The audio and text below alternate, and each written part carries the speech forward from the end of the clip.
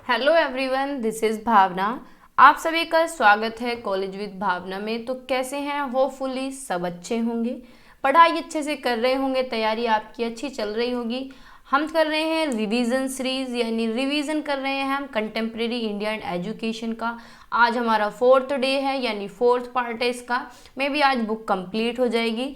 तो हम थोड़ा सा स्पीड से चल रहे हैं क्योंकि हमें करना है रिवीजन। अगर आपको डिटेल में पढ़ना है या फिर एक एक टॉपिक पढ़ना है, रैंडम कोई भी टॉपिक आपको पढ़ना है, तो प्लेलिस्ट बनी हुई है, वहाँ से जाके पढ़ सकते हैं। तो अगर चैनल पे नए हैं तो सब्सक्राइब कर लें कॉलेज विद भावना को। यहाँ बीएड के क्लासेस चल रही हैं, पिछले 3 से 4 महीने हो गए हैं रेगुलर बेसिस पे चलते चलते। और ज़्यादा जो फोकस है हमारा बीएड फर्स्ट ईयर पे है, क्योंकि हमारे साथ जितने भी सब्सक्राइबर हैं वो बीएड फर्स्ट ईयर के ही हैं। ठीक है, लेट्स क्रैक को भी सब्सक्राइब कर लें, क्योंकि यहाँ पे सीटेट की क्लासेस चलने वाली हैं। अब तक भी सीटेट की ही चल रही थी। जो दिसंबर वाला सीटेट हुआ था उसकी सारी प्लेलिस्ट बनी हुई है। अगर आपको अपना बेस अच्छा बनाना है, ये समझ नहीं आ रहा कि क्या पढूं कैसे पढूं, तो सारी प्लेलिस्ट एक तरफ से देखना स्टार्ट कर दीजिए, आपका बेस अच्छा हो जाएगा। क्वेश्चंस सोल्व करिए, बहुत सारे क्वेश्चंस कराए हुए हैं और अभी भी डेली करा रही हूँ क्वेश्चन सोल्व। तो इससे आपको आइडिया हो जाएगा कि किस तरीके का पेपर का लेवल होता है और क्या पेपर में पूछा जाता है। तो वहाँ पे एक बार जाइए, सब्सक्राइब करें। और आज भी क्लास होने वाली है वहाँ पे प्रीवियस ईयर क्वेश्चंस की, जो ऑनलाइन मोड में पूछे गए थे। ठीक है, तो चलते हैं आगे। बाकी इंस्टाग्राम पे मुझे फॉलो कर सकते हैं, भावना त्यागी ऑफिशियल नाम आईडी है, और किया भी हुआ है। बहुत से स्टूडेंट्स के मैसेजेस आते हैं, मैसेज रिक्वेस्ट जो करते हैं। बाकी पीडीएफ के लिए टेलीग्राम ज्वाइन कर लें। टेलीग्राम है कॉलेज विद भावना के नाम से, डिस्क्रिप्शन में लिंक मिल जाएगा। अदरवाइज़ आप सर्च भी कर सकते हैं, वहाँ पे 750 के आसपास मेंबर हम जुड़े हुए हैं। वहाँ आपको सारी पीडीएफ मिल जाएंगी। और पीडीएफ पता नहीं आपको क्यों नहीं मिलती हैं। अभी कल किसका मैसेज आ रहा था, वैशाली का, कि मैम पीडीएफ मुझे भेज दीजिए अलग से सारी एक जगह।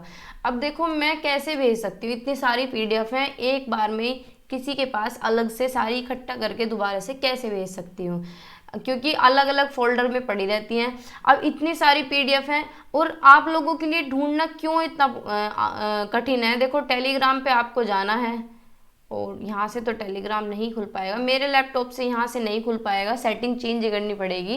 तो आपको टेलीग्राम में जाना है, सिंपल चैनल खोलना है, जो भी कॉलेज विद भावना है, डिस्क्रिप्शन से सीधे वहीं पहुँच जाएंगे। वहाँ फाइल्स का फोल्डर है, जितने भी मैंने जो कराती गई हूँ साथ के साथ अपलोड करती गई हूँ। तो जितना भी मैंने कराया है सारा अपलोड किया हुआ है। ठीक है, तो हम कर रहे हैं revision series contemporary Indian education का। आज डे है 4, यानी चौथा दिन है, तो 4th पार्ट है इसका ये 4th पार्ट है। तो बने रहिए, लास्ट तक स्टार्ट करते हैं। हम काफ़ी कुछ कर चुके हैं। राधा कृष्णन कमीशन, कोठारी कमीशन, ये सारे हम कर चुके हैं। आज हम चलते हैं एनईपी पे। नेशनल एजुकेशन पॉलिसी हम करने वाले थे, कल नहीं हो पाई थी। आज कर लेते हैं जो बचे हुए टॉपिक हैं। ठीक है, कहाँ गया, ये रहा, नेशनल एजुकेशन पॉलिसी 1986। बाकी 68 वाली भी है, वो पूछी नहीं जाती है, यही पूछी जाती है, सबसे ज़्यादा फेमस यही है, और इसकी भी कैरेक्टरिस्टिक पूछी जाती हैं। ठीक है, तो इसको हम अच्छी तरीके से पढ़ने वाले हैं। इससे पहले 1968 में आई थी नेशनल एजुकेशन पॉलिसी, फिर 1986 में आई। तो 1986 वाली फेमस है और बार बार पूछी जाती है एग्ज़ाम में, इसकी बेसिक कैरेक्टरिस्टिक पूछी जाती हैं। ठीक है, तो पढ़ते हैं। एनईपी जो है सबसे बेस्ट पॉलिसी में से एक है, भारत आज़ाद होने के बाद सबसे अच्छी मानी जाती है। जो अब एनईपी नई एनईपी आई हैं वो सबका बेस यही है, एक तरीके से मानो कि इसी को बार बार मॉडिफाई कर देते हैं, यही चलती आ रही है।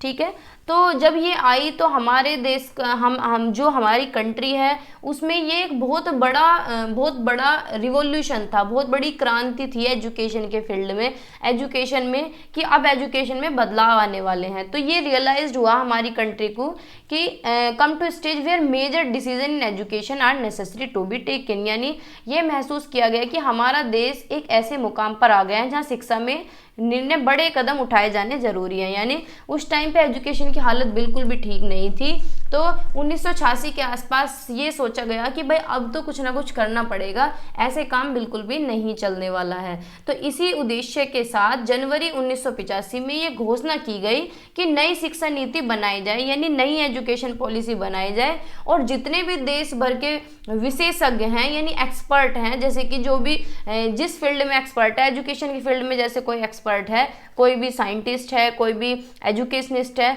उन सबके सुझाव लिए जाएंगे। तो जो ये एनईपी थी, एनईपी प्रधानमंत्री राजीव गांधी के दौरान 1985 के बजट सत्र में हुई चर्चा का परिणाम था। उस टाइम पे बजट भी जारी किया गया था, और जब बजट जारी होता है तो उसमें एजुकेशन के नाम के भी अलग से एलोकेट होता है फंड की एजुकेशन के लिए कितना जाएगा बजट में से, ठीक है।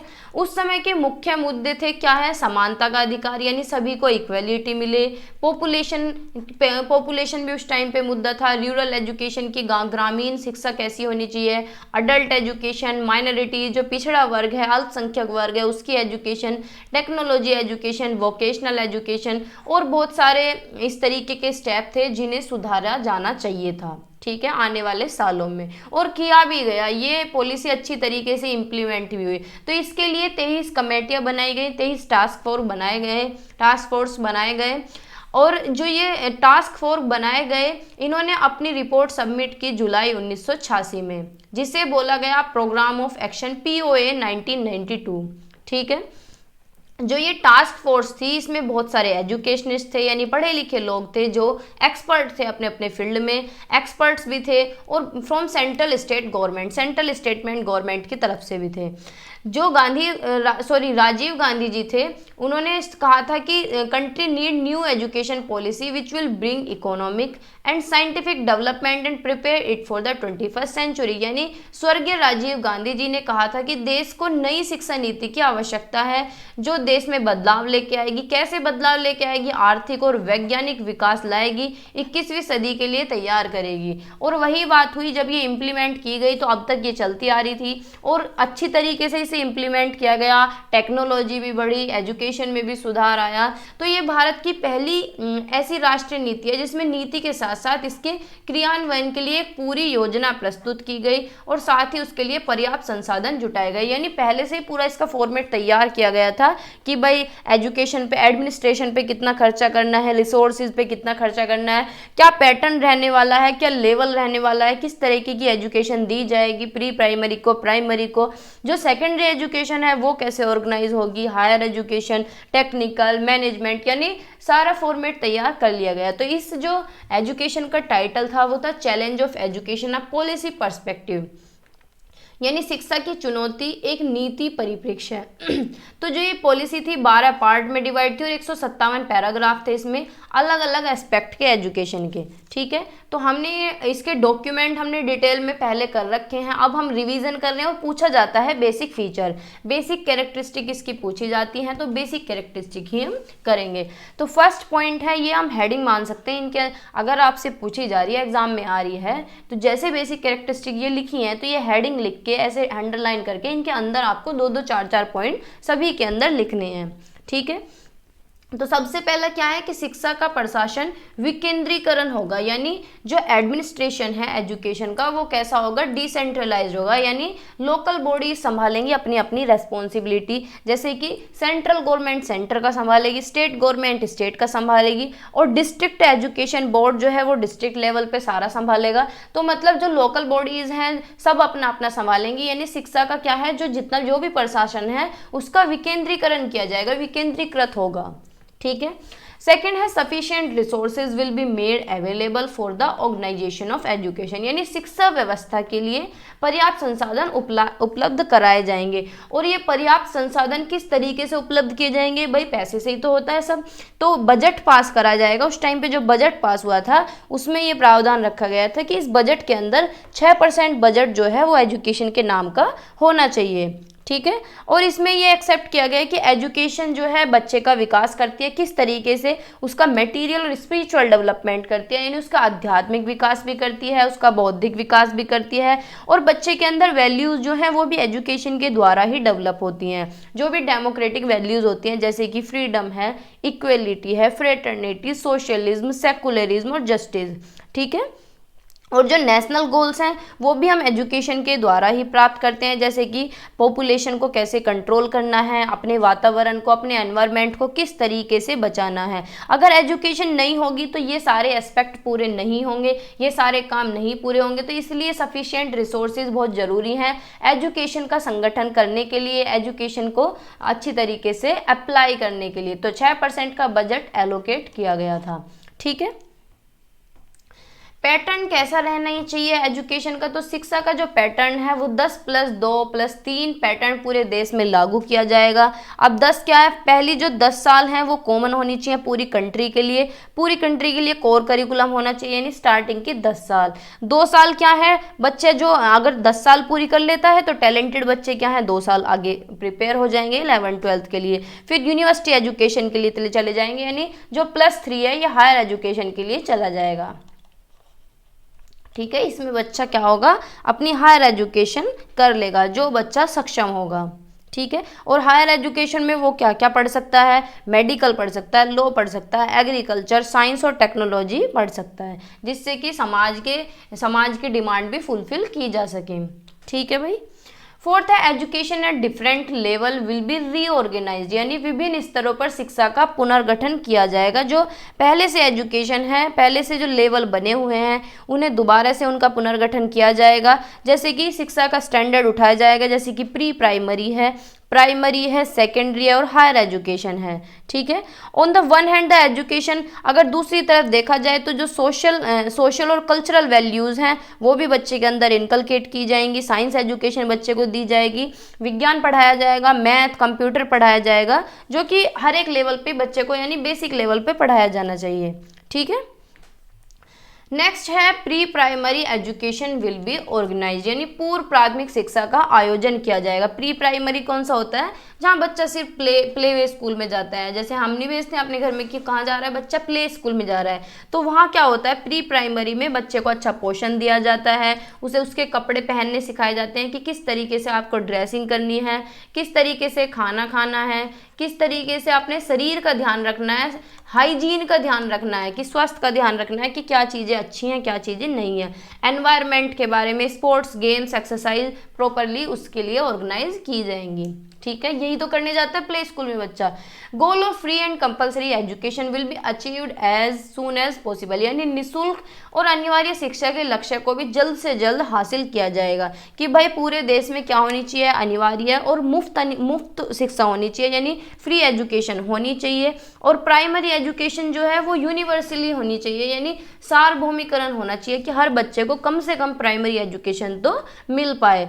और आज की डेट में मतलब उस टाइम पे एट प्रेजेंट प्राइमरी एजुकेशन अगर देखा जाए तो 90% बच्चों के लिए क्या होना चाहिए, घर से 1 किलोमीटर के दायरे पे स्कूल होने चाहिए। अगर प्राइमरी की बात करें तो 1 किलोमीटर के दायरे पे स्कूल होना चाहिए, और अगर सेकेंडरी की बात करें तो 3 किलोमीटर या 2 किलोमीटर के दायरे पे होना चाहिए।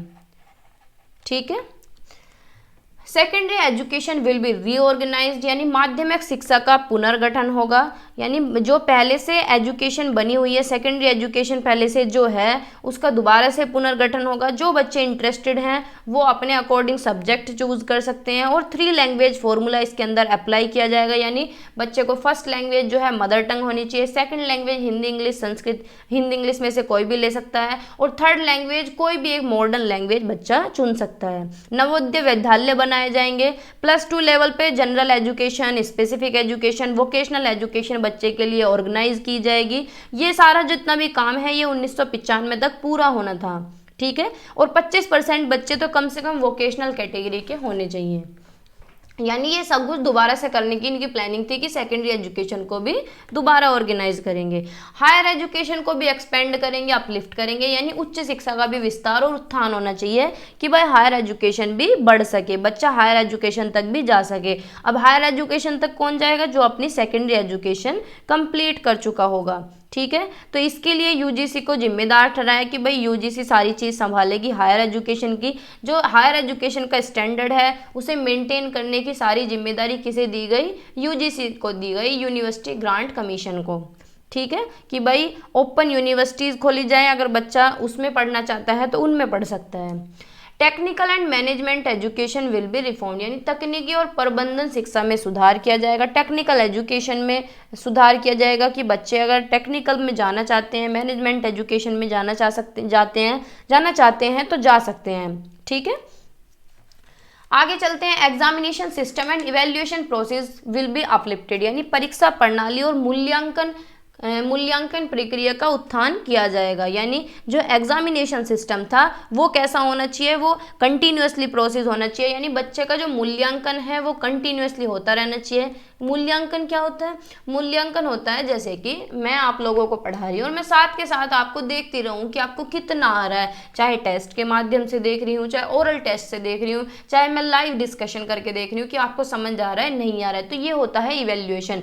अब इसे हम कंटिन्यूअस भी कर सकते हैं और साल में एक बार भी कर सकते हैं। ठीक है, जैसे कि हमने बाकी पेडागोजिकल सब्जेक्ट में पढ़ा था कि क्या है, एक समेटिव इवेल्युएशन होता है, एक फॉर्मेटिव इवेल्युएशन होता है। समेटिव क्या होता है कि साल में बस एक ही बार पेपर हो रहे हैं, ठीक है, तो वो हुआ समेटिव। फॉर्मेटिव यानी साथ के साथ बच्चे का मूल्यांकन हो रहा है। ठीक है, तो कैसा इवैल्यूएशन होना चाहिए बच्चे का? कंटिन्यूअस प्रोसेस होना चाहिए इवैल्यूएशन का। इंटरनल इवैल्यूएशन भी होना चाहिए, उसका एक्सटर्नल भी होना चाहिए, लेकिन एग्जामिनेशन जो है वो रिलायबल होने चाहिए कि हर बच्चे के लिए सेम हो, किसी भी बच्चे पे ज़्यादा प्रेशर ना हो, वैलिड हो, अच्छी तरीके से पेपर को डिज़ाइन करें। जो पेपर होना चाहिए वो कैसा होना चाहिए? ऑब्जेक्टिव बेस्ड होना चाहिए, यानी MCQ बेस्ड होना चाहिए, ना कि एस्सेस्टिक हो। ठीक है, ऑब्जेक्टिव बेस्ड हो और ग्रेडिंग सिस्टम होना चाहिए, यानी बच्चे को नंबर की जगह ग्रेड दिए जाएं। ठीक है, डिवीजन की जगह। फिर है standard of teachers and teacher training will be uplifted, यानी शिक्षकों के मानक और शिक्षण प्रशिक्षण का भी उत्थान किया जाएगा। यानी जो टीचर्स का स्टैंडर्ड है, टीचर्स का जो स्तर है उसे भी उठाया जाएगा, टीचर्स की ट्रेनिंग को आगे लेके जाया जाएगा। यानी टीचर्स जो है स्कूल में तभी पढ़ाएंगे जब वो अच्छी तरीके से ट्रेंड होंगे। अगर प्राइमरी की बात करें तो क्या हो, टीचर कम से कम डाइट टीचर ने कर रखी हो, district institute of education and training her district में खोले जाएं, जिससे कि प्राइमरी टीचर वहाँ ट्रेंड हो सकें और बीएड करके बड़े बच्चों को पढ़ा सके। तो इस तरीके से टीचर्स की ट्रेनिंग पे भी काफ़ी ध्यान दिया गया। ठीक है, adult education programme will be extended, यानी प्रौढ़ शिक्षा कार्यक्रम का विस्तार किया जाएगा। प्रौढ़ शिक्षा क्या होती है? 15 से 35 साल के जो युवा होते हैं, बड़े ही आदमी आ जाते हैं इसके अंदर, तो 15 से 35 साल के हैं, उन्हें भी पढ़ाया जाएगा। जो निरसाक्षरता है उसे कम किया जाएगा, इलिटरेसी को कम किया जाएगा, लिटरेसी को बढ़ाया जाएगा, जिससे कि जो लोग पढ़े लिखे नहीं हैं, जिन्हें पढ़ाई की बिल्कुल भी बेसिक नॉलेज ना हो, वो भी थोड़ा बहुत पढ़ सकें। तो उनके लिए क्या होना चाहिए? अडल्ट एजुकेशन प्रोग्राम होना चाहिए, यानी जिससे कि वो अपनी एजुकेशन को कंटिन्यू कर सकें और बेसिक एजुकेशन सीख सकें, यानी पढ़ना लिखना, थोड़ा बहुत अर्थमेटिक, मैथ, कैलकुलेशन। ठीक है, continuing education will be organise, यानी एजुकेशन कैसी होगी? कंटिन्यूइंग एजुकेशन होगी। अब कंटिन्यूइंग एजुकेशन किसके लिए? वो भी इन्हीं के लिए है, जैसे कि हाउस वाइफ हैं, जो गृहिणी होती हैं, उनके लिए है, यूथ हैं, जो अभी पीछे हम अडल्ट एजुकेशन दे रहे थे उसी के अंदर ये भी आ जाती हैं, तो इनके लिए कंटिन्यूइंग एजुकेशन होगी। फार्मर्स के लिए होगी, जैसे कि फार्मर्स दिन में अपना काम कर सकें, तो इनके लिए इस तरह की एजुकेशन ऑर्गेनाइज की जाए कि वो अपना टाइम मैनेज कर सकें, भाई शाम को जा सके पढ़ने। ट्रेडर्स हैं, उनके लिए होनी चाहिए, और जो भी इंडस्ट्रीज़ में काम करते हैं या कोई भी अपनी जॉब वगैरह करते हैं तो उनके लिए भी होनी चाहिए कैसी एजुकेशन? Continuing education. जैसे कि अब दिल्ली में शिफ्टिंग स्कूल चलते हैं, दोपहर में भी चलते हैं, सुबह में भी चलते हैं, शाम में भी चलते हैं। इसी तरीके वहाँ कॉलेज भी हैं, शाम में भी चलते हैं। तो वो क्या है? कंटिन्यूइंग एजुकेशन है कि अपनी जॉब के साथ भी अपनी एजुकेशन कंटिन्यू रखें। जैसे कि कोचिंग इंस्टीट्यूशन है, रात में भी चलते हैं। Education technology will be held, education technology use की जाएंगी, ज़्यादा से ज़्यादा एजुकेशनल टेक्नोलॉजी होनी चाहिए जन शिक्षा के लिए, पूरी मास एजुकेशन के लिए, मास कम्युनिकेशन के लिए, पूरी जनता के लिए। ठीक है, education organisation will be made effective, education जो ऑर्गेनाइज की गई है, जो संगठन उसका बनाया गया है, वो कैसा होना चाहिए? प्रभावी होना चाहिए। मिनिमम लेवल ऑफ लर्निंग होनी चाहिए, यानी कम से कम, जैसे कि 100% लोग हैं तो कम से कम लोग तो एजुकेशन ले पाए, उनके लिए तो एजुकेशन प्रभावी हो पाए। ठीक है, concrete steps will be taken for equality of educational opportunity, यानी शैक्षिक अवसरों की समानता के लिए ठोस कदम उठाए जाएंगे, यानी कॉन्क्रीट स्टेप उठाए जाएंगे एजुकेशनल अपॉर्चुनिटी के लिए कि सभी को मौका मिल सके, चाहे वो उसमें लेडीज़ हों यानी लड़कियां हों, उनके लिए भी स्पेशल अरेंजमेंट किए जाएंगे। और SC ST जो कास्ट वाले हैं उनके लिए भी अरेंजमेंट किए जाएंगे, बैकवर्ड कास्टीज के लिए, माइनॉरिटीज़ यानी विकलांग या पिछड़े वर्ग के लोग जो लोग होते हैं, हैंडीकैप्ड हैं, सभी को बराबर मौके दिए जाएंगे, सभी को बराबर शिक्षा मिलनी चाहिए। Special attention will be paid to women education, यानी महिला शिक्षा पर जोर दिया जाएगा, ध्यान दिया जाएगा, जिससे कि जो एजुकेशन लेडीज़ को नहीं मिल पा रही है, वुमेन्स को नहीं मिल पा रही है, वो भी वुमेन्स को मिल सके। तो इसी के बेस पे कोई भी डिस्क्रिमिनेशन नहीं होगा मैन और वुमेन में, यानी no discrimination should be here, should be made in the education of man and women. Differences नहीं होंगे सेक्स के बेस पे, यानी ये लड़का है इसे साइंस साइड दिला दो, लड़की है तो आर्ट साइड दिला दो। और जो वुमेन एजुकेशन है इसका विकास होगा बिल्कुल स्टार्टिंग से, एनकरेज किया जाएगा कि लड़कियां भी साइंस ले सकती हैं, टेक्निकल एजुकेशन में जा सकती हैं, स्पेशल फैसिलिटीज़ होगी लड़कियों को पढ़ाने के लिए कि वो भी अपना गोल अचीव कर सकें वोकेशनल एजुकेशन में जाने का और टेक्निकल एजुकेशन में जाने का। ठीक है। Education of SC and ST children will properly be organise, यानी जो SC ST वाले बच्चे हैं उनकी एजुकेशन भी अच्छी होनी चाहिए, तो उनके लिए अलग से स्कूल खोले जाएं गांव में, सिटीज़ में, शहरों में, SC ST वाले जो बच्चे हैं। ठीक है। और उनके लिए टीचर्स भी उन्हीं की कम्युनिटी के होने चाहिए, उनके लिए हॉस्टल्स बनाए जाएँ जो बच्चे दूर से आते हैं, फाइनेंशियली भी उनकी मदद की जाए, यानी जैसे कि छात्रवृत्ति वगैरह होनी चाहिए। और इन बच्चों को मतलब पूरी रेस्पेक्ट दी जाए और इनकी रीजनल लैंग्वेज में ही इन्हें पढ़ाया जाए जो इनकी क्षेत्रीय भाषा है। ठीक है। Education of children of backward class and backward region will properly be organised, यानी जो बैकवर्ड क्लास के बच्चे हैं, बैकवर्ड रीजन से आते हैं, पिछड़े वर्ग से आते हैं, पिछड़े क्षेत्र से आते हैं, उन पे भी स्पेशल अटेंशन दी जाए, अलग से ध्यान दिया जाए। इनके लिए भी स्कूल अलग से खोले जाएं, जैसे कि डेजर्ट एरियाज़ में कोई है, हिली एरियाज़ में यानी पहाड़ी इलाकों में, वनों के एरिया में कोई रहता है, तो इस तरीके के जो रीजन्स हैं उनके लिए भी स्कूल खोले जाएँ, जिससे कि वो भी अपनी एजुकेशन कंटिन्यू कर सकें और इन्हें टाइम टू टाइम स्कॉलरशिप भी दी जानी चाहिए। ठीक है। आगे चलते हैं। Special attention will be paid to the education of children of minorities, यानी अल्पसंख्यक वर्ग के जो बच्चे हैं उन पे भी स्पेशल ध्यान दिया जाना चाहिए, जिससे कि उनकी एजुकेशन भी सभी के बराबर तक पहुंच सके। इनके लिए भी स्कूल एस्टेब्लिश करने चाहिए इन्हीं के रीजन में। ठीक है, इन्हीं के क्षेत्र में। Education for the handicapped and mentally retarded children will be organise, यानी जो हैंडीकैप्ड हैं, हैंडीकैप्ड यानी विकलांग है और मानसिक रूप से जो मंद है, यानी जैसे कि मोटी बुद्धि के जो बच्चे होते हैं उनके लिए भी अलग से ध्यान दिया जाए उनके लिए अलग से एजुकेशन ऑर्गेनाइज की जाए, जिससे कि ये बच्चे भी पढ़ सकें। जो कम हैंडीकैप्ड हैं, मतलब कि कोई कम विकलांग होता है, जैसे किसी के पैर में थोड़ी सी दिक्कत है या हाथ में थोड़ी सी दिक्कत है, तो वो तो नॉर्मल बच्चों के साथ पढ़ सकता है, लेकिन जो ज़्यादा हैंडीकैप्ड है उनके लिए सेपरेट स्कूल खोले जाएं, जैसे कि डीफ, डम्ब और ब्लाइंड जो बच्चे हैं या रिटार्डेड बच्चे हैं उनके लिए। ठीक है। और इन्हें टीचर जो मिलेंगे वो भी किस तरीके के मिलेंगे, जो इसी क्षेत्र में स्पेशली ट्रेंड हो। अब जैसे कि डीफ या डम्ब भी हैं बच्चे, तो उन्हें पढ़ाने के लिए भी स्पेशल ट्रेंड टीचर होना चाहिए। ठीक है। तो ये था NEP national education policy 1986। Hopefully आपको ये समझ आई होगी। ठीक है। आगे चलते हैं। अब नेक्स्ट टॉपिक है वेस्टेज एंड स्टैग्नेशन। वेस्टेज क्या होता है? अपव्यय। स्टैग्नेशन क्या होता है? स्टैग्नेशन होता है ठहराव। तो वेस्टेज प्राइमरी एजुकेशन में अगर देखा जाए तो उस स्थिति को संदर्भित करता है जहां प्राथमिक विद्यालयों में नामांकित बच्चे अपनी प्राथमिक शिक्षा पूरी करने से पहले ही स्कूल छोड़ देते हैं, यानी पूरी नहीं करते हैं, क्लास बीच में ही छोड़ देते हैं, तो वो क्या हो जाती है, क्लास उनकी वेस्ट हो जाती है। ठीक है, इस चीज से समझ लेंगे। तो वेस्टेज क्या है? Primary education refers to the situation where children enrol in primary education, यानी एनरोल तो करते हैं, एडमिशन तो लेते हैं, लेकिन बीच में ही छोड़ देते हैं, क्लास पूरी करने से पहले ही ड्रॉप आउट कर देते हैं। ठीक है। दूसरी अगर डेफिनेशन देखा जाए तो वेस्टेज क्या है? प्री मैच्योर विड्रॉल है बच्चों का from school at any stage before the completion of primary courses, यानी अपव्यय प्राथमिक पाठ्यक्रम पूरा होने से पहले किसी भी स्तर पर स्कूल से बच्चे की समय से पहले वापसी, यानी जैसे 5वीं तक की प्राइमरी एजुकेशन है तो बीच में कहीं भी छोड़ देगा, तीसरी में, चौथी में, दूसरी क्लास में छोड़ देगा बीच में, तो वो होता है वेस्टेज।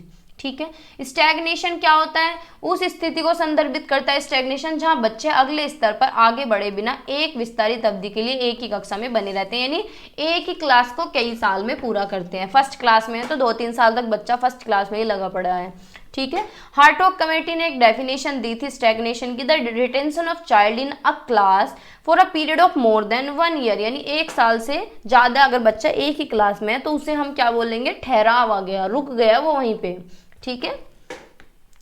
तो दोनों जो है बहुत ही बड़े चैलेंज हैं प्राइमरी एजुकेशन के लिए। कुछ बच्चे बीच में छोड़ देते हैं, कुछ बच्चे पास नहीं हो पाते। वो पास क्यों नहीं हो पाते? तो उसके भी कारण हैं, उसी को हम आगे पढ़ेंगे कि ये हमारी एजुकेशन पे क्या इम्पैक्ट डालते हैं और फ्यूचर में क्या समस्याएं हमें देखने को मिल सकते हैं यानी बच्चों को। तो इसके बहुत सारे कारण हैं जिसकी वजह से बच्चे वेस्टेज और स्टैग्नेशन में पाए जाते हैं कि कुछ बच्चे बीच में छोड़ देते हैं और कुछ बच्चे एक क्लास को 2 बार में करते हैं। तो पहला है इकोनॉमिक के कॉजेज, यानी उनके आर्थिक कारण, जो उनके पैसे की कमी के कारण भी वो इस काम को कर सकते हैं, यानी उनका आर्थिक कारण भी हो सकता है वेस्टेज और स्टैग्नेशन के पीछे। आर्थिक कारण में गरीबी हो सकती है, अगर पेरेंट्स गरीब हैं या घर में पैसा नहीं है तो उसकी वजह से भी वेस्टेज और स्टैग्नेशन पाया जाता है। पुअर पेरेंट्स क्या है? अपने बच्चों के भाई स्कॉलरशिप तो उन्हें मिलती है लेकिन जो डायरेक्ट कॉस्ट है, जैसे कि आज कॉपी के लिए पैसे चाहिए, आज पेंसिल के लिए पैसे चाहिए, तो डायरेक्ट कॉस्ट भी नहीं उठा सकते, तो वो इनडायरेक्ट एक्सपेंडिचर कैसे उठा पाएंगे, है ना। तो गरीबी के कारण भी बच्चा क्या है? स्कूल छोड़ देता है या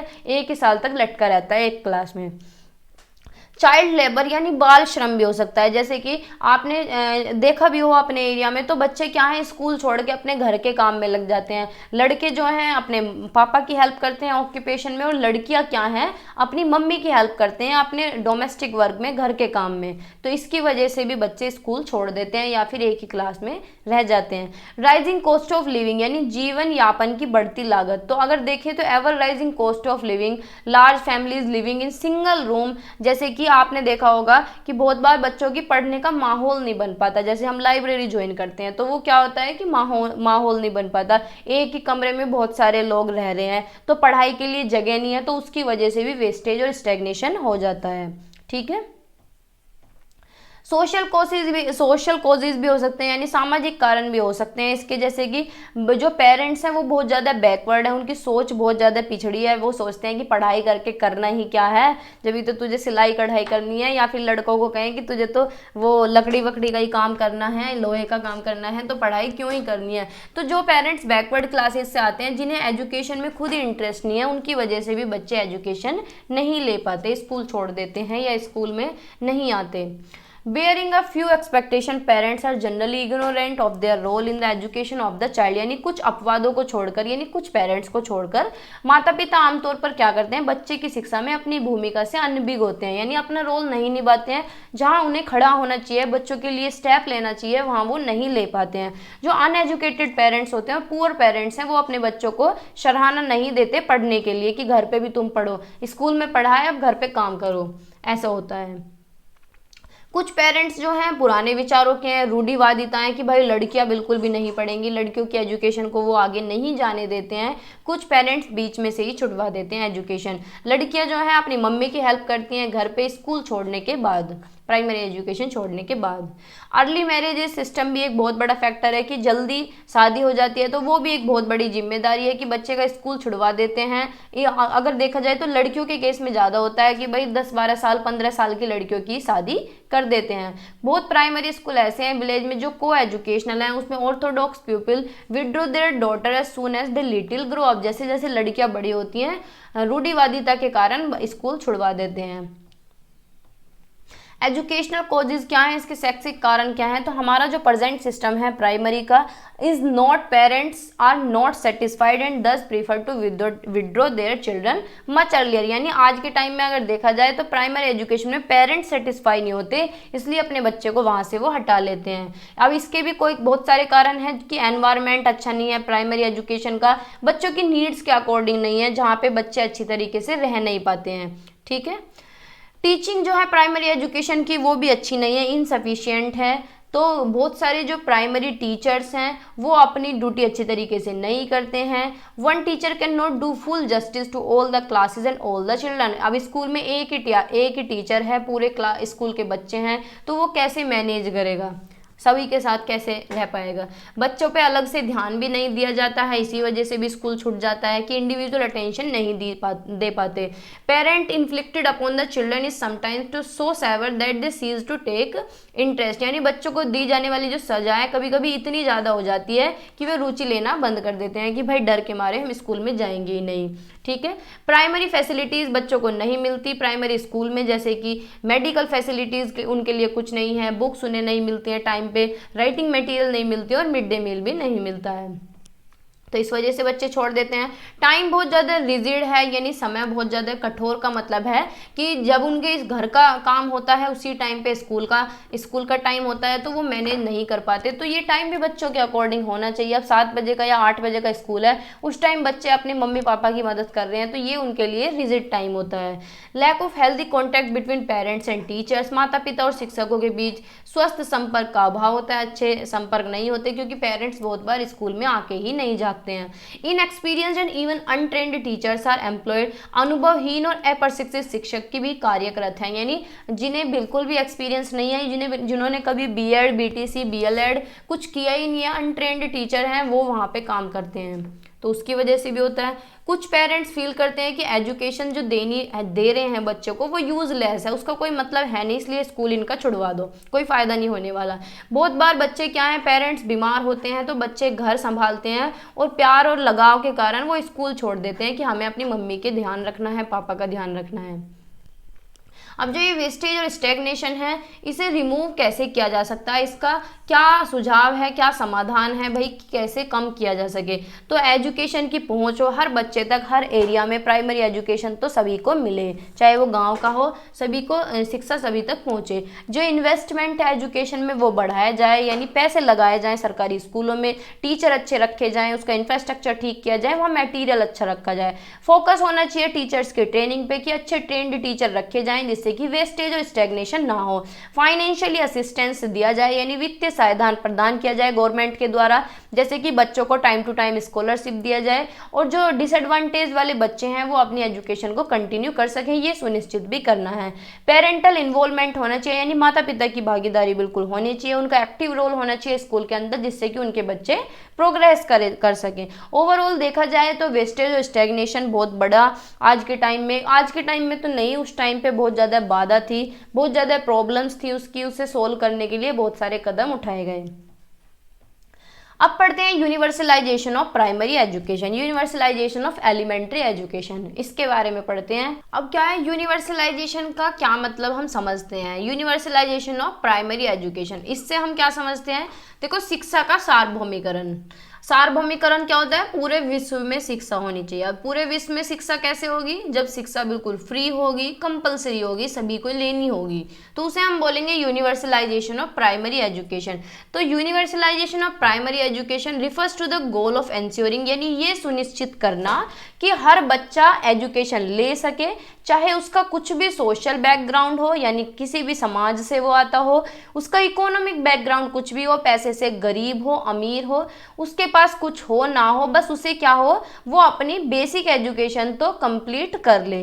तो ये सुनिश्चित करना कि हर बच्चे को मौका मिल सके अपनी बेसिक लिटरेसी डेवलप करने का, यानी उसे बेसिक नॉलेज होनी चाहिए, बेसिक नंबर स्किल्स उसके अंदर डेवलप हो सके, नंबर की नॉलेज हो सके, जोड़ घटा भाग उसे आ सके, जो कि जरूरी है उसके खुद के लिए भी और समाज में विकास के लिए भी और उसके फ्यूचर एम्प्लॉयबिलिटी के लिए भी। ठीक है, कि रोजगार के अवसर भी तो तभी खुलेंगे, पहले बेसिक से ही तो स्टार्टिंग करेंगे, तो वो होता है यूनिवर्सलाइजेशन ऑफ प्राइमरी एजुकेशन। इसी में इंडियन कॉन्स्टिट्यूशन में आर्टिकल 45 के अंदर लिखा गया है कि primary education refers to free and compulsory education for all children until they complete the age of 14 years, यानी 14 साल तक के जो बच्चे हैं उन्हें क्या है, मुफ्त और अनिवार्य शिक्षा मिलनी चाहिए। यानी शिक्षा कैसी होनी चाहिए, मुफ्त होनी चाहिए और सभी के लिए होनी चाहिए, कंपलसरी होनी चाहिए। ऐसा नहीं है कि अमीर का बच्चा है तो वो ही पढ़ सके, चाहे वो किसी बैकग्राउंड से आ रहे हो, कोई उसका सोशियो इकोनॉमिक बैकग्राउंड हो, कोई उसका कल्चरल बैकग्राउंड हो, कोई भी उसकी लैंग्वेज हो, कोई कास्ट हो, किसी भी तरीके का बच्चा हो, सभी को क्या है एजुकेशन मिलनी चाहिए, वो भी फ्री ऑफ कॉस्ट।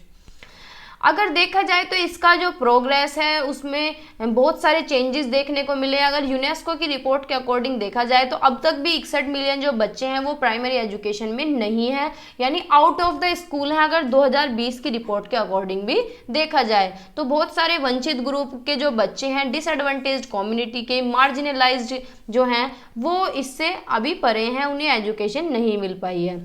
तो अगर हम ओवरऑल देखा जाए तो ये यूनिवर्सल प्राइमरी एजुकेशन है, यानी प्राइमरी एजुकेशन का जो सार्वभौमिकरण है, इसे हम किस तरीके से अचीव कर सकते हैं, किस तरीके से हम सारे बच्चों का एनरोलमेंट करा सकते हैं कि हर बच्चा एडमिशन ले, ये सुनिश्चित करें और हर बच्चा अपनी प्राइमरी एजुकेशन कंप्लीट करे। तो इसके लिए हमें क्या कदम उठाने चाहिए कि भाई जो फंड है एजुकेशन का वो बढ़ाया जाना चाहिए, इन्वेस्ट किया जाना चाहिए एजुकेशन पे, स्कूल वगैरह अच्छे होने चाहिए। रूट कॉज जो है पॉवर्टी की, उसे देखें कि गरीबी का कारण क्या है, पहले गरीबी देखें कि ये गरीबी जो बाधा बनती है एजुकेशन में, इसे कम कैसे किया जा सकता है, इसे कैसे कम करें कि बच्चा स्कूल अटेंड कर सके। तो भाई बच्चों को स्कॉलरशिप दो अच्छी, expand access to early education, early childhood education, यानी प्रारंभिक बाल्यावस्था शिक्षा तक पहुंच का विस्तार करें, यानी बच्चे को कम से कम प्राइमरी एजुकेशन मिल सके, उसे प्राइमरी एजुकेशन के लिए तैयार किया जा सके। ठीक है, और एजुकेशन की क्वालिटी पे ध्यान दें कि उसकी गुणवत्ता कैसी है। तो ये गुणवत्ता कैसे पता चलेगी कि अच्छे टीचर्स हम रखें, अच्छी एजुकेशन रखें, अच्छा ध्यान दें, सारी चीज़ों पे हम एफर्ट्स लगाएं जिससे कि एजुकेशन की क्वालिटी इम्प्रूव हो सके। Address barriers to education for marginalised group, यानी उपेक्षित समूह, जो वंचित समूह है, उनकी पढ़ाई में, उनके पढ़ने में जो बैरियर आ रहे हैं उन्हें हम कम कर सकें। ठीक है, तो ये सारे स्टेप लेने के बाद हम क्या है, ये पॉसिबल कर सकते हैं, ये सुनिश्चित कर सकते हैं कि हर बच्चा स्कूल के अंदर होगा, हर बच्चा एडमिशन ले सकेगा। ठीक है, तो अब पढ़ते हैं मिड डे मील स्कीम। तो मिड डे मील का नाम तो सभी ने सुना होगा। मिड डे मील को हिंदी में बोलते हैं माध्याह्न भोजन योजना, यानी दोपहर के टाइम जो स्कूलों में खाना मिलता है। सरकारी स्कूल में अगर आपने देखा हो या कोई पढ़ा हो तो उसमें क्या है, मिड डे मील मिलता है, यानी बच्चों को दोपहर में खाना मिलता है, दलिया मिल रहा है, कभी रोटी सब्जी भी मिलती हैं, हाँ दूध भी मिलता है, उस क्या बोलते हैं, सत्तू के पैकेट मिलते हैं। तो ये क्या है, ये मिड डे मील है, माध्याह्न भोजन योजना है। अब ये क्यों शुरू किया गया, इसका क्या लक्ष्य था, क्या फायदा हुआ इससे और कब शुरू किया गया, तो इसके बारे में पढ़ते हैं। तो हमारा देश आज़ाद हुआ 15 अगस्त 1947 में और हमारा जो संविधान है वो बना 26 जनवरी 1950 को लागू किया गया। ठीक है, तो उसके अंदर आर्टिकल 45 के अंदर ये लिखा गया कि state shall endeavour to provide within a period of 10 years from the commencement of constitution for free and compulsory education for all children until they complete the age of 14 years। ये article 45 के अंदर लिखा गया कि प्राथमिक शिक्षा से संबंधित राज्य 10 साल की अवधि के भीतर प्रदान करे, यानी 10 साल के अंदर ये सुनिश्चित होना चाहिए कि हर किसी को एजुकेशन मिलनी चाहिए। और वो एजुकेशन कैसी होनी चाहिए, मुफ्त और अनिवार्य होनी चाहिए और 14 साल के सभी बच्चों के लिए होनी चाहिए, यानी 14 साल तक के बच्चे प्राइमरी एजुकेशन अपनी कर लें। ठीक है, 1951 में क्या किया गया, एक डेवलपमेंटल प्रोजेक्ट आया हमारी कंट्री में, एक प्लान्ड तरीके से उसे बनाया गया। 1957 में all India council for elementary education set up किया गया, ये सेंटर बनाया गया और इसे एक जिम्मेदारी दी गई कि ये अपनी रिपोर्ट सबमिट करे expansion and progress of primary education की, प्राइमरी एजुकेशन के एक्सपेंशन पे, इसके उत्थान पे और इसके प्रोग्रेस पे, इसकी प्रगति पे। ठीक है, तो इसकी जिम्मेदारी किसे दी गई, AICE को। तो this council affect revolutionary changes in the field of primary education, यानी इस परिषद ने क्या किया, प्राथमिक शिक्षा के क्षेत्र में क्रांतिकारी परिवर्तन किए। क्रांतिकारी यानी रिवोल्यूशन लाना, कुछ अलग करना, कुछ ही भयंकर करना। तो कोठारी आयोग 1964-66 की रिपोर्ट में 1966 की प्रस्तुति की गई थी। इस आयोग ने शैक्षिक अवसरों की समानता पर विशेष जोर दिया, यानी इक्वलिटी पे बहुत ज़्यादा फोकस किया कि भाई समानता होनी चाहिए, सभी को इक्वल एजुकेशन मिलनी चाहिए। और सरकार का ध्यान पिछड़े वर्ग, अनुसूचित जाति, अनुसूचित जनजाति, अल्पसंख्यक और जनजाति के बच्चों की शिक्षा की ओर आकर्षित किया। यानी इन्होंने इस कमीशन ने क्या किया, जो SC ST वर्ग के लोग थे, बैकवर्ड के बच्चे थे, बैकवर्ड क्लास के जो बच्चे थे, माइनॉरिटीज के जो बच्चे थे, ट्राइब्स के जो बच्चे थे, उनकी तरफ ध्यान खींचा गया। तो इससे प्राथमिक स्तर पर होने वाले जो स्टैग्नेशन है, जो वेस्टेज है, उसे समाप्त करने के सुझाव भी दिए गए कि भाई वेस्टेज भी समाप्त होना चाहिए और स्टैग्नेशन भी समाप्त होना चाहिए। On the basis of NEP 1968 was announced in 1979, government started the non-formal education for those children in 6 to 14 years age group who could not take advantage of formal education due to some reason। यानी जब पहली बार policy आई थी 1968 की, तो 1979 में government ने क्या शुरू किया, एक नॉन फॉर्मल एजुकेशन प्रोग्राम शुरू किया। अब नॉन फॉर्मल क्या होता है, देखो फॉर्मल एजुकेशन होता है जो हम अपने स्कूल में लेते हैं, जो कॉलेजेस में जाके लेते हैं, जो इंस्टीट्यूट में लेते हैं। नॉन फॉर्मल एजुकेशन होता है कि बच्चे को घर घर जाके सिखा रहे हैं, ये बच्चा कहीं से भी सीख रहा है। उनके लिए अलग से सेंटर खोले गए, जो बच्चे नॉर्मल एजुकेशन या फॉर्मल एजुकेशन नहीं ले सकते थे उनके लिए नॉन फॉर्मल एजुकेशन के सेंटर्स खोले गए 6 से 14 साल के बच्चों के लिए। ठीक है। 1986 में नई एनईपी अनाउंस हुई थी, अभी जो हमने पढ़ी है। तो इसके अंदर क्या किया गया, universalisation of primary education was accepted as the national goal, यानी राष्ट्रीय शिक्षा नीति की घोषणा की गई। इसमें प्राथमिक शिक्षा के सार्वभौमिकरण को राष्ट्रीय लक्ष्य के रूप में स्वीकार किया गया कि भाई ये राष्ट्र का लक्ष्य होना चाहिए कि प्राइमरी एजुकेशन का यूनिवर्सलाइजेशन हो, सार्वभौमिकरण हो, हर किसी को प्राइमरी एजुकेशन तो कम से कम मिल सके। 1987-88 में ऑपरेशन ब्लैक बोर्ड लाया गया। ऑपरेशन ब्लैक बोर्ड क्यों शुरू किया गया, जिससे कि स्कूलों का ढांचा सुधर सके, स्कूलों का इंफ्रास्ट्रक्चर, स्कूलों का फर्नीचर, स्कूलों की पूरी हालत सुधर सके। इसलिए 1987-88 में ऑपरेशन ब्लैक बोर्ड को शुरू किया गया। एक कॉन्फ्रेंस की गई थाईलैंड में 1990 में, जिसमें इंडिया ने भी पार्टिसिपेट किया। तो जो ये कॉन्फ्रेंस था, इसके अंदर इश्यू था, यानी मुद्दा क्या था कि world declaration on education for all, यानी पूरे संसार में ये घोषित किया गया कि एजुकेशन किसके लिए होनी चाहिए, सभी के लिए होनी चाहिए, बराबर सभी की होनी चाहिए। इस सम्मेलन ने सभी के लिए शिक्षा पर विश्व घोषणा जारी की। परिणाम स्वरूप प्राथमिक स्तर के विस्तार के लिए किए गए प्रयासों ने गति पकड़ी, यानी जो प्राइमरी एजुकेशन में एफर्ट्स लग रहे थे कि भैया सबको मिल जाए, बढ़े, आगे बढ़े, तो उसने अपनी स्पीड पकड़ी, थोड़े से इंप्रूवमेंट देखने को मिले। तो 1994 में district primary education programme start किया गया, यानी DPEP, जिला प्राथमिक शिक्षा कार्यक्रम शुरू किया गया। ये सारे एफर्ट्स लगाने के बाद भी एजुकेशन का सार्वभौमिकरण नहीं हो पाया, कि हर बच्चे को एजुकेशन नहीं मिल पाई। उसमें भी बहुत सारे बैरियर्स आए बच्चों के एडमिशन लेने में, स्कूल छोड़ने में। किसी ने बीच में छोड़ा, किसी ने पूरी क्लास करने के बाद छोड़ दिया। बहुत सारे एफर्ट्स लगाए गए जिससे कि बच्चों का एडमिशन हो जाए, सभी का एनरोलमेंट हो जाए, वेस्टेज स्टैग्नेशन खत्म हो जाए, लेकिन इसमें भी सक्सेस अच्छी तरीके से नहीं मिल पाई। तो इसी बीच सरकार के सामने बच्चों के पर्याप्त पोषण प्रदान करने का सवाल था। तो इसके लिए हाई कोर्ट ने केंद्र और राज्य सरकार को भी चेतावनी दी थी। तो इन दोनों समस्याओं को हल करने के लिए केंद्र सरकार ने 15 अगस्त 1995 को प्राथमिक शिक्षा के लिए पोषण सहायता का राष्ट्रीय कार्यक्रम शुरू किया, यानी जिसे हम बोलते हैं मिड डे मील स्कीम। 15 अगस्त 1995 को फिर थोड़ा सा सुधार आया, बच्चे अट्रैक्ट हुए कि चलो वैसे नहीं आएंगे तो एटलीस्ट भोजन के माध्यम से ही स्कूल में आ जाएंगे, कि हाँ चलो खाना मिलेगा। और अच्छी अच्छी डिशेज रखी गई, ऐसा नहीं कि एक ही चीज़ डेली दे रहे हैं, पूरा मेन्यू बनाया गया, पूरा चार्ट बनाया गया कि आज ये मिलेगा, कल ये मिलेगा, परसों ये मिलेगा, दूध मिलेगा, आज खिचड़ी मिल रही है, कल दलिया मिल रहा है, परसों रोटी सब्जी मिल रही है। ठीक है, उसमें भी वैरायटीज रखी गई। तो इसका एम क्या था, मिड डे मील स्कीम का उद्देश्य क्या था, कि सारे बच्चों का जो एनरोलमेंट है वो बढ़ सके, यानी हर बच्चे का एडमिशन हो सके। Retain children in primary schools and reduce wastage, जो वेस्टेज हो रहा है इस एज पे, इस लेवल पे, वो कम हो सके। बच्चों की प्रेजेंस बढ़ सके, स्कूल में उपस्थिति उनकी बढ़ सके। हेल्थ बेनिफिट ले सके बच्चे, न्यूट्रिशियस मील्स मिल सके, उन्हें अच्छा पोषण मिल सके। To arrange joint dining for children in order to remove caste based difference and to cultivate the spirit of brotherhood among them, यानी जाति आधारित भेदों को दूर करने तथा उनमें भाईचारे की भावना पैदा करने के लिए बच्चों को संयुक्त भोजन की व्यवस्था की गई। यानी जब सारे बच्चे एक साथ बैठ के खाएंगे तो कोई किसी की जाति नहीं पूछेगा कि तुम्हारा, अब हम जैसे पढ़ते थे स्कूल में तो हमने कभी किसी की कास्ट नहीं पूछी कि तुम्हारी कास्ट क्या है, सब एक साथ खा रहे हैं खाना। तो इससे क्या है, ब्रदरहुड की भावना आती है, भाईचारे की भावना उत्पन्न होती है।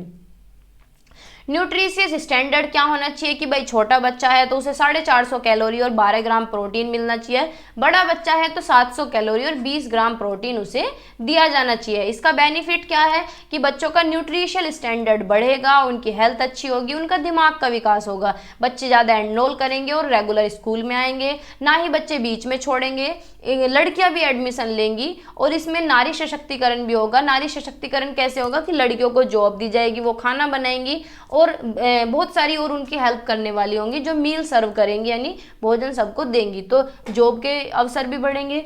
इसमें क्या है, सोशलाइजेशन और कम्युनिटी बॉन्डिंग भी अच्छी होगी, यानी सामाजिकरण और समुदायीकरण का भी उसका बॉन्ड अच्छा होगा, क्योंकि मील सभी लोग मिलके प्रिपेयर करेंगे, भोजन तो सब मिलके बनाएंगे। तो overall mid day meal scheme थोड़ा सा सक्सेसफुल हुआ प्राइमरी एजुकेशन का यूनिवर्सलाइजेशन के लिए। क्यों हुआ, क्योंकि बच्चे न्यूट्रिशन के लिए, खाने के लिए भी स्कूल में थोड़े से अट्रैक्ट हो रहे थे, आ रहे थे। ठीक है।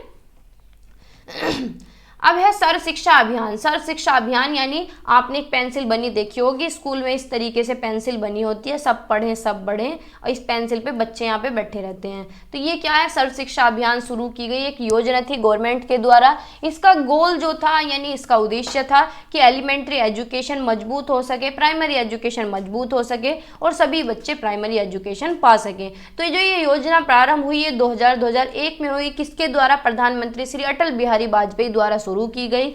इस योजना का उद्देश्य था कि 6 से 14 वर्ष की आयु के हर बच्चे को शिक्षा देना था। इसका लक्ष्य था प्रारंभिक शिक्षा का सार्वभौमिकरण करना, यानी एलिमेंट्री एजुकेशन का यूनिवर्सलाइजेशन करना। अब ये शुरू क्यों की गई, तो भारत में प्राथमिक शिक्षा का स्तर बहुत कमजोर था, भाई चलता ही आ रहा है, कमजोर ही चलता आ रहा है। उच्च वर्ग के लोग तो अपने बच्चों को प्राइवेट स्कूल में पढ़ा लेते हैं, लेकिन जो निच्च वर्ग के लोग हैं, जो गरीब लोग हैं, एजुकेशनली किसी भी तरीके से बैकवर्ड हैं, फाइनेंशियली मजबूत नहीं है, तो उनके लिए इतना धन नहीं, उनके पास इतना धन नहीं था कि अपने बच्चों को पढ़ा पाएँ, तो उनके लिए सर्व शिक्षा अभियान चलाया गया। तो इसका बेसिक एम था कि शिक्षा का सार्वभौमिकरण होना चाहिए, फ्री और कंपलसरी एजुकेशन होनी चाहिए क्लास 1 to 8 से, यानी 1 से 8वीं तक के बच्चे एजुकेशन ले पा सकें, वो भी कैसी, फ्री और कंपलसरी। इस गोल को अचीव करने के लिए शुरुआत में बहुत सारे पॉइंट दिए गए कि प्राइमरी एजुकेशन का यूनिवर्सलाइजेशन होना चाहिए 2003 तक, यानी 2001 में ये अभियान चला, 2003 तक प्राइमरी एजुकेशन का यूनिवर्सलाइजेशन होना चाहिए, यानी हर बच्चे का एनरोलमेंट होना चाहिए। 2007 तक बच्चा अपनी 5 साल कंप्लीट कर ले एजुकेशन की, भाई 3 से 5 हो जाएगा, 7 तक कर लेगा, 2002 से 7 तक कर लेगा अपनी 5 साल, 8 साल अपनी कंप्लीट कर लेगा 2010 तक। इससे क्या होता था कि प्राइमरी एजुकेशन का अपलिफ्ट हो सके, उसकी क्वालिटी इंप्रूव हो सके, वो बढ़ सके।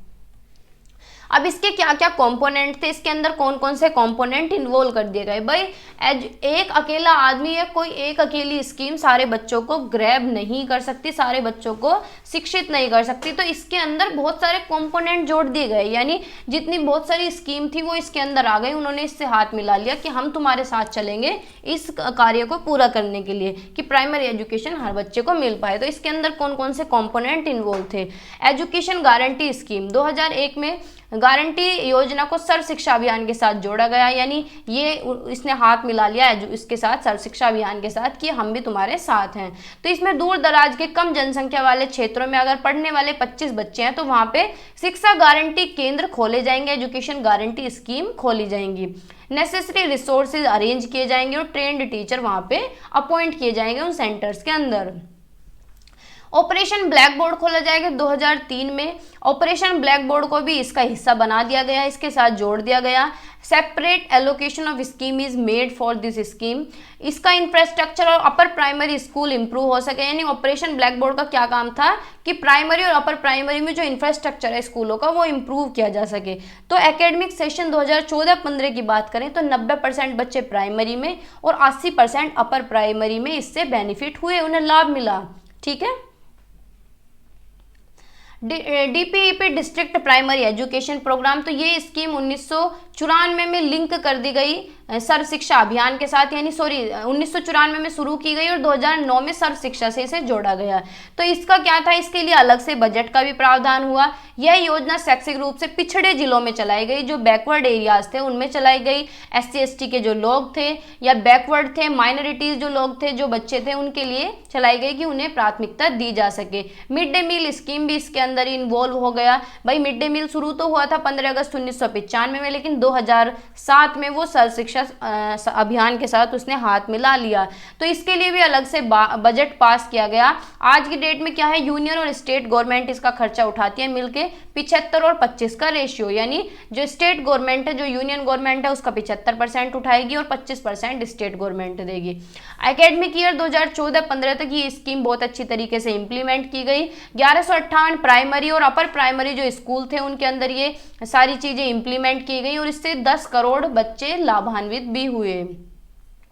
कस्तूरबा गांधी बालिका विद्यालय स्कीम जो थी वो स्टार्ट की गई, वो आई तो 2004 में थी, लेकिन सर्व शिक्षा अभियान से 2007 में जोड़ दी गई। इसमें भी यूनियन और स्टेट गवर्नमेंट ने खर्चा उठाया 50-50 के रेशियो पे, यानी भाई 50% तुम दोगे और 50% हम देंगे। इसमें ज़्यादा फोकस किस पे था, लड़कियों पे था। जो रेजिडेंशियल एरिया की अपर प्राइमरी स्कूल में लड़कियां पढ़ना चाहती थी वो इसमें पढ़ सकती थी। 2014-15 तक 3593 कस्तूरबा गांधी विद्यालय ओपन किए गए इस योजना के तहत और लड़कियों को इसमें लाभ भी हुआ।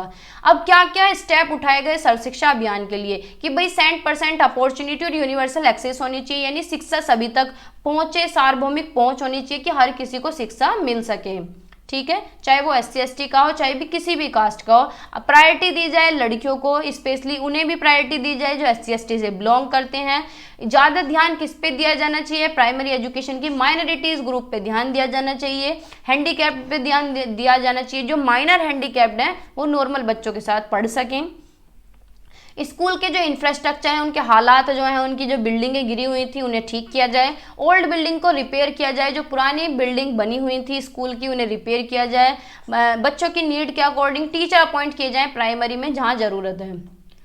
जहाँ स्कूल नहीं है 1 किलोमीटर के दायरे पे वहाँ स्कूल बनाया जाए, और 2 से 3 किलोमीटर में अपर प्राइमरी स्कूल अगर नहीं है तो अपर प्राइमरी स्कूल बनाया जाए। एजुकेशन गारंटी स्कीम खोले जाएं जहाँ पे हम स्कूल नहीं बना सकते। 100% एनरोलमेंट और यूनिवर्सल एनरोलमेंट होना चाहिए, यानी ये सुनिश्चित होना चाहिए कि हर बच्चे का एडमिशन हो। ये स्टेप उठाया गया जिससे कि हर बच्चा एजुकेशन ले सके। All the students are being issued with text book, यानी हर बच्चे को फ्री किताबें बांटी गई। फ्री ऑफ कॉस्ट उन्हें मिड डे मील दिया गया, मिड डे मील सबको प्रोवाइड हुआ। स्पेशल फैसिलिटीज दी गई SC/ST और गर्ल्स को। 100% रिटेंशन पे ध्यान दिया गया कि भाई कोई भी बच्चा बीच में ना छोड़े, स्टैग्नेशन नहीं होना चाहिए। चाइल्ड के टेस्ट पे ध्यान दिया गया। मिड डे मील के अंदर मेन्यू तैयार किया गया कि बच्चों को क्या पसंद है। अगर बच्चों को खिचड़ी पसंद है खिचड़ी बनाएंगे, जो भी सब्जी उन्हें पसंद है वो सब्जी बनाई जाएगी, यानी हर दिन का मेन्यू बनाया गया कि भाई आज यही दिन यही सब्जी यही चीज़ें बनेंगी। टॉयलेट और ड्रिंकिंग वाटर की फैसिलिटी प्रोवाइड की गई स्कूल में। सेपरेट टॉयलेट बनाए गए लड़कियों के लिए। 100% सक्सेस और यूनिवर्सल अचीवमेंट का ध्यान दिया गया, यानी 100% सफलता और सार्वभौमिक उपलब्धि। तो इसमें all the above task are being accomplished, यानी जितने भी सारे टास्क थे वो सारे सिद्ध हो रहे थे और सारी चीज़ें क्या हैं, स्पीड पकड़ रही थी। टीचर्स अपॉइंट किए गए स्कूल्स के अंदर। Provision is being made for their training, यानी और उनकी ट्रेनिंग का भी प्रावधान किया गया। ठीक है, शिक्षकों को सुयोग्य बनाया जा रहा था कि वो अच्छी तरीके से पढ़ाया जा सके। सुपरविजन वर्क को रिफॉर्म किया जा रहा था, उसमें भी सुधार हो रहा था। दोज हु एंजॉय पे एंड अलाउंस विदाउट वर्क, यानी बिना काम के जो सैलरी ले रहे थे टीचर्स, उनको स्कैन किया गया और स्कूल से बाहर कर दिया गया। क्वालिटेटिव इंप्रूवमेंट, यानी गुणात्मक सुधार भी हुआ। तो स्कूल स्ट्रक्चर इंप्रूव हुए दिन पे दिन अच्छी तरीके से। टीचर भी अपॉइंट किए गए स्कूल में, टीचर्स को ट्रेनिंग और रीट्रेनिंग दी गई। ICT सेंटर खोले गए, स्कूल में कंप्यूटर की सुविधा भी हुई। एग्जामिनेशन सिस्टम में भी सुधार किया गया। ठीक है, तो समझ आया होगा। अब पढ़ते हैं कस्तूरबा गांधी बालिका विद्यालय योजना। हम अपनी बुक को कंप्लीट करने के बहुत ज़्यादा नज़दीक हैं। ठीक है, तो बने रहिए, बिल्कुल लास्ट तक, बोर बिल्कुल भी नहीं होना है। अच्छी तरीके से आपको समझ आएगा। जिसने अब तक कुछ भी नहीं पढ़ा है उनके लिए ये बहुत हेल्पफुल है। जिन्होंने बिल्कुल जीरो से स्टार्टिंग की है वो पास होने के अच्छे नंबर भी ला सकते हैं ये सीरीज़ देख के। तो सारे सब्जेक्ट की सीरीज़ मैं कराने वाली हूँ। कंटेम्प्रेरी हमारी आज कंप्लीट हो जाएगी, फिर हम सेकेंड सब्जेक्ट करेंगे फिलॉसफी, फिर उसके बाद third growing up as a learner करेंगे, फिर टीचर टीचिंग टेक्नोलॉजी कर लेंगे। ठीक है, तो अब पढ़ते हैं कस्तूरबा गांधी बालिका विद्यालय योजना। कस्तूरबा गांधी बालिका विद्यालय स्कीम गवर्नमेंट के द्वारा चलाई गई एक स्कीम थी, जिसका उद्देश्य था कि जो डिसएडवांटेज बैकग्राउंड के लोग हैं या फिर SC ST की जो लड़कियां हैं वो अपनी एजुकेशन कंप्लीट कर सकें। कौन सी एजुकेशन? Upper primary. सर ये जो कस्तूरबा गांधी विद्यालय बालिका विद्यालय थे ये अपर प्राइमरी के लिए थे। किसके लिए? अपर प्राइमरी स्कूल के लिए। ठीक है, तो ये जो लॉन्च हुई है 2004 में लॉन्च की गई, यानी ये जो स्कीम है ये 2004 में आई है और सर्व शिक्षा अभियान से इसे जोड़ा गया था शायद 2007-9 के आसपास, जो अभी अभी पीछे हम पढ़ के आए हैं। तो सर्व शिक्षा अभियान से इसे जोड़ दिया गया जिससे कि ये पूरी कंट्री में इम्प्लीमेंट हो गई। तो इसका उद्देश्य था कि ये सुनिश्चित हो कि हर लड़की को क्या है, क्वालिटी एजुकेशन मिल सके और वो अपनी सेकेंडरी एजुकेशन कंप्लीट कर सके। तो इम्प्लीमेंटेशन देख लेते हैं इसका। तो जो KGBVP है, सॉरी कस्तूरबा गांधी बालिका विद्यालय स्कीम जो है वो इम्प्लीमेंट की गई मिनिस्ट्री ऑफ एजुकेशन के द्वारा in collaboration with state government and union government, यानी मिलके की स्टेट गवर्नमेंट ने भी और सेंट्रल गवर्नमेंट ने भी। इस स्कीम को प्रोवाइड किया गया establishment of residential school for girls, यानी रेजिडेंशियल एरियाज में इसे खोला गया और इसके अंदर ज़्यादा ध्यान दिया गया जो डिसएडवांटेज्ड कम्युनिटी थी, यानी वंचित समुदाय थे, और उन लड़कियों पर ध्यान देने के साथ जो स्कूल से बाहर हैं, ड्रॉप आउट हैं या फिर सीमांत समुदाय से हैं, मार्जिनलाइज्ड कम्युनिटीज से हैं, इन लड़कियों पे ज़्यादा फोकस किया जाए।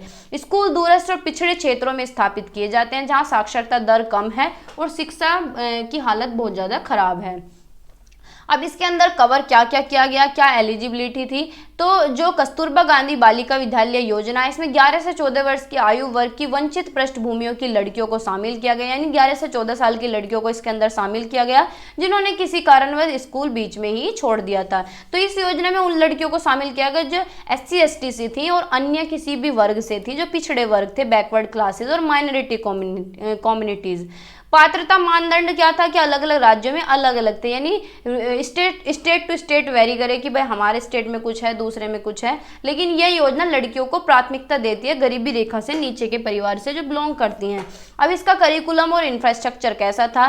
तो ये कॉम्प्रिहेंसिव एजुकेशन थी लड़कियों के लिए, जिसका फोकस किस पे था? लाइफ स्किल्स पे, कि लड़कियों को जीवन कौशल सिखाया जाना चाहिए, वोकेशनल ट्रेनिंग हो कि लड़कियां भी अपना कमा सकें, और उनके लिए और भी बहुत सारी एक्टिविटीज़ होनी चाहिए जो करिकुलम से अलग हों।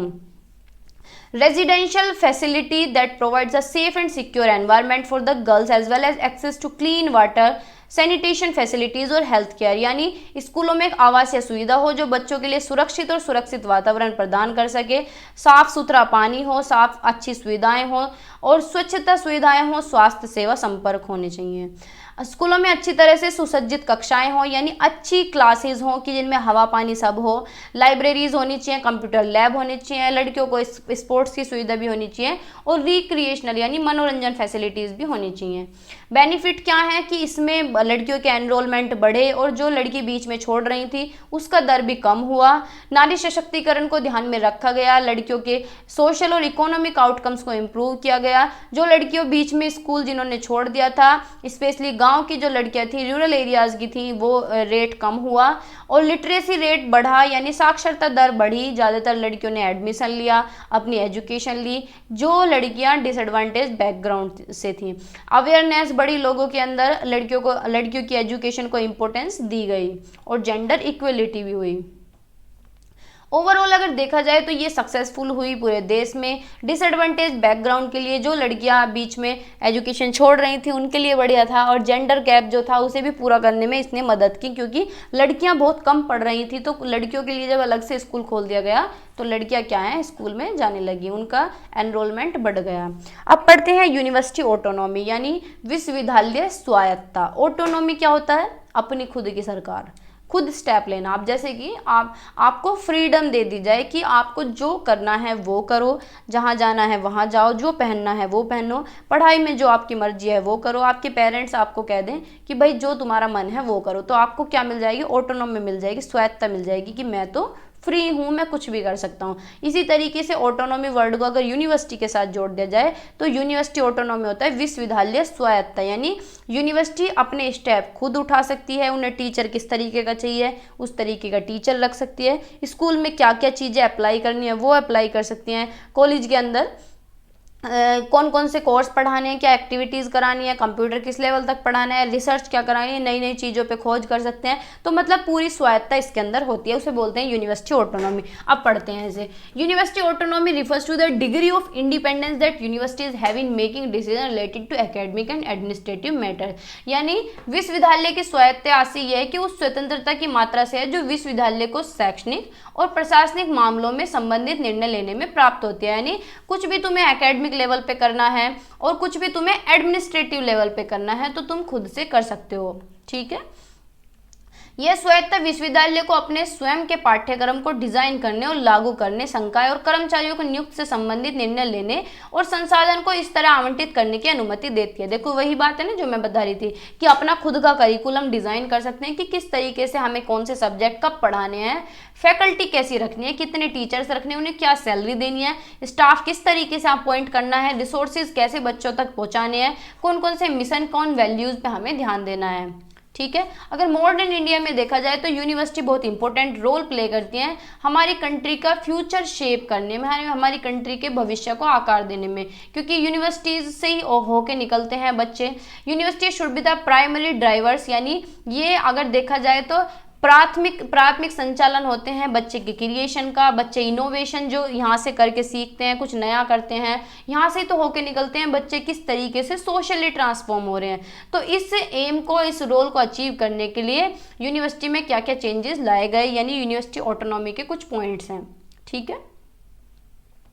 फोकस ऑन क्वालिटी एजुकेशन, यानी गुणवत्ता शिक्षा पर ध्यान दें। तो यूनिवर्सिटी को should prioritize the delivery of quality education to their student, कि बच्चों को क्वालिटेटिव एजुकेशन मिल सके। इस क्वालिटेटिव एजुकेशन के अंदर हम करिकुलम हमें कैसे डिजाइन करना है, अप टू डेट रहना चाहिए। यानी आज के डेट में जैसे डिजिटल इंडिया है, हर चीज़ ऑनलाइन हो रही है, इंटरनेट से बहुत चीज़ों को जोड़ा गया है, तो कैसा होना चाहिए करिकुलम, अप टू डेट होना चाहिए। हाई क्वालिटी टीचिंग होनी चाहिए, यानी गुणवत्ता वाले शिक्षण और सीखने की सुविधाओं का प्रावधान होना चाहिए। अनुसंधान और नवाचार को भी बढ़ावा देना है, यानी रिसर्च भी होनी चाहिए, इनोवेशन भी होना चाहिए। उद्योग के साथ अधिक सहयोग, यानी कोलाबोरेशन होना चाहिए इंडस्ट्रीज के साथ। आपने स्कूलों में देखा होगा, कॉलेजेस में, कि जैसे BBA BCA BTech वाले बच्चे हैं तो कंपनीज आती हैं हायर करने के लिए बच्चों को। तो वो कंपनी कब आएंगी, जब स्कूल का या यूनिवर्सिटी का कोलैब होगा इंडस्ट्रीज के साथ। ठीक है।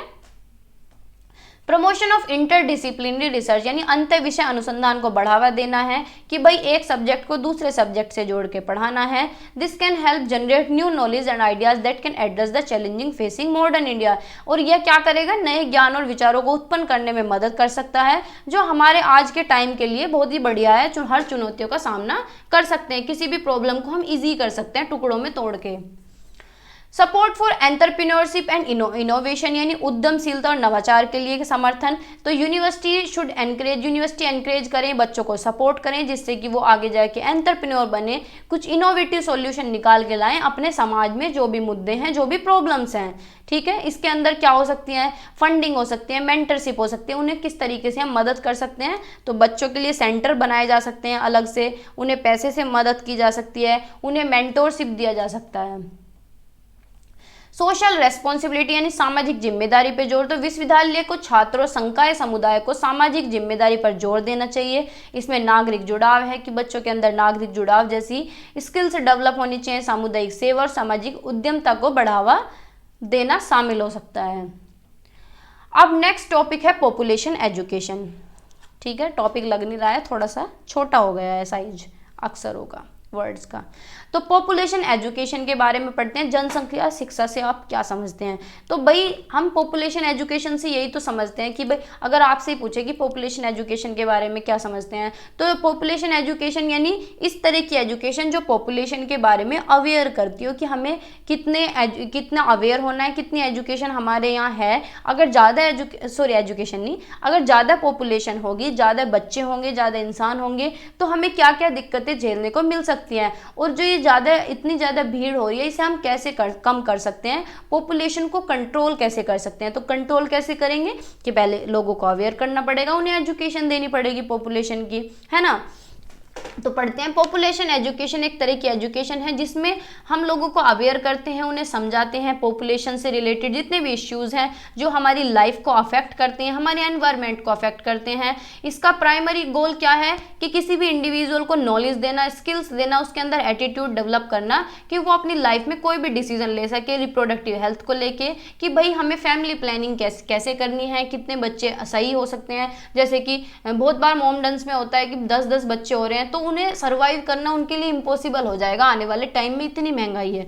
तो ये क्या है, रिप्रोडक्टिव हेल्थ के बारे में बताना, फैमिली साइज के बारे में बताना कि तुम्हें अपनी फैमिली का साइज क्या रखना है और उससे रिलेटेड क्या इश्यूज उत्पन्न हो सकते हैं, क्या मुद्दे उठ सकते हैं अगर इतने ज़्यादा बच्चे होंगे, तो उनका जीवन यापन तुम कैसे करोगे, जीवनचर्या उनकी कैसी होगी, क्या क्या तुम्हें परेशानियों का सामना करना पड़ेगा।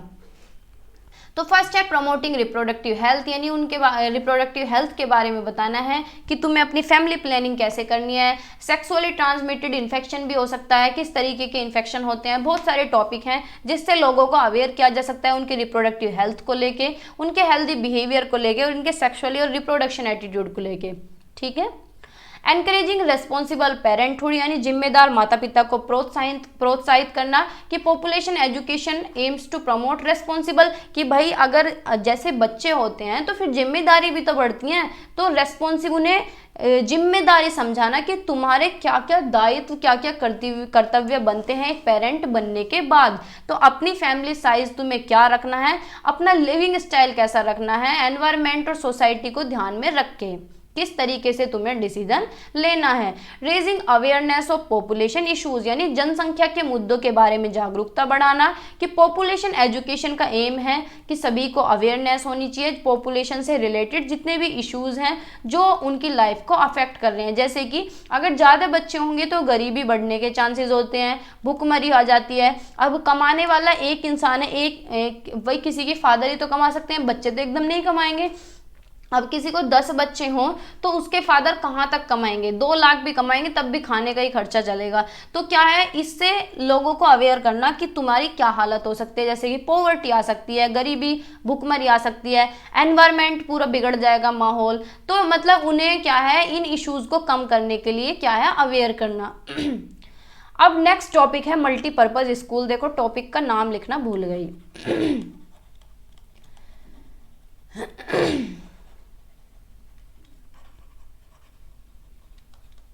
ठीक है, बहुउद्देश्य स्कूल।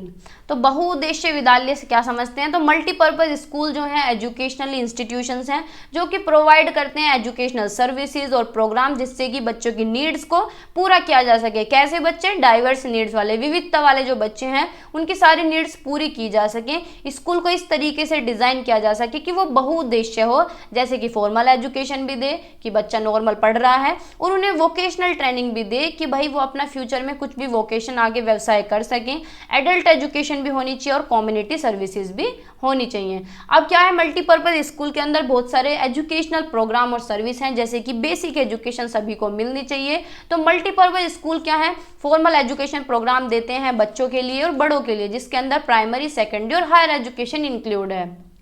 वोकेशनल ट्रेनिंग, यानी उन्हें कोई भी वोकेशनल ट्रेनिंग देना कि उन्हें अपना कोई भी स्टार्टअप करना है, कोई भी अपना बिजनेस खड़ा करना है तो उसके बारे में स्किल्स देना, नॉलेज डेवलप करना।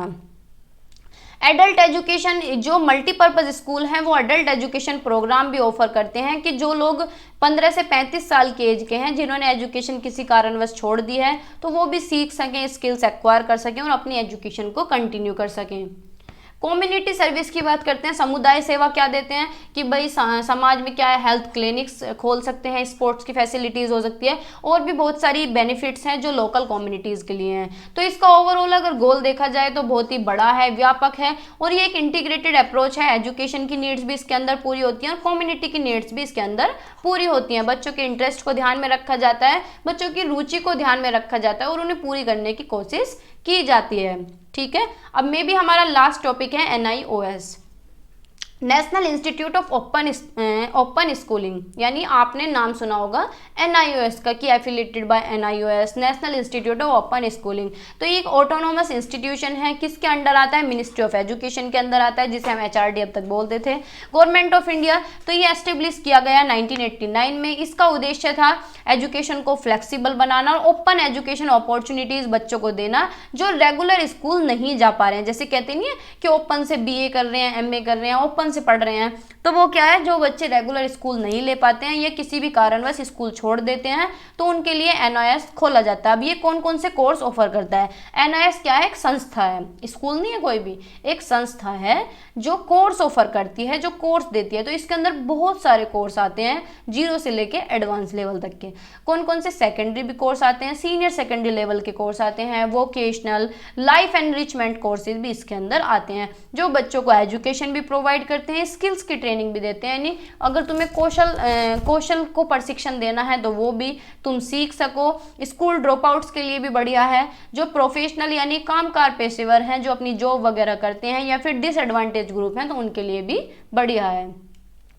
अब इसके क्या अप्रोच है, यानी इसके दृष्टिकोण क्या है? तो NIOS शिक्षा के लिए एक लचीला और शिक्षार्थी केंद्रित दृष्टिकोण प्रदान करता है, यानी बच्चे के अकॉर्डिंग होता है, जो छात्र अपनी गति और सुविधा से सीखने की अनुमति देता है, जिससे कि बच्चा क्या है, अपने स्पीड से सीख सके, अपने हिसाब से सीख सके। जैसे कि भाई इस कॉलेज नहीं जा पाता कोई, तो अपने हिसाब से तो सीखेगा, अपने घर बैठ के पढ़ ले। तो इसके अंदर बहुत सारी चीज़ें इन्वॉल्व हैं, जैसे कि मोड ऑफ डिलीवरी की किस तरीके से इंस्ट्रक्शन देना है, प्रिंटेड स्टडी मटेरियल बच्चों तक पहुँचाना, ऑनलाइन लर्निंग देना, फेस टू फेस इंटरेक्शन करना, स्टडी सेंटर्स खोलना ऑल ओवर इंडिया में। एग्जामिनेशन और सर्टिफिकेट कैसे इसके होते हैं? तो ये साल में 2 बार एग्जाम कराता है, अप्रैल मई में और अक्टूबर नवंबर में, ठीक है। और सर्टिफिकेट भी देते हैं और डिप्लोमाज भी देते हैं सक्सेसफुल बच्चों को। तो ये इंस्टीट्यूट रिकॉग्नाइज किया गया है गवर्नमेंट ऑफ इंडिया के द्वारा, और इसके जो सर्टिफिकेट होते हैं वो हायर एजुकेशन में या फिर एम्प्लॉयमेंट पर्पज में भी एक्सेप्ट किए जाते हैं, ठीक है। So this is all for today. Hopefully आपको क्लास अच्छी लगी होगी, इन्फॉर्मेटिव लगी होगी। अगर अच्छी लग रही है तो शेयर कर सकते हैं जहाँ भी आप BEd के ग्रुप में जुड़े हुए हैं। तो बाय बाय, टेक केयर, पढ़ते रहिए और मुस्कुराते रहिए और मेरे साथ जुड़े रहिए। जिस तरीके से जुड़ रहे हैं अपना प्यार बनाए रखें, और अगर चैनल पे नए हैं तो सब्सक्राइब करके ही जाएं, जिससे कि आपको नोटिफिकेशन टाइम टू टाइम मिलता रहे।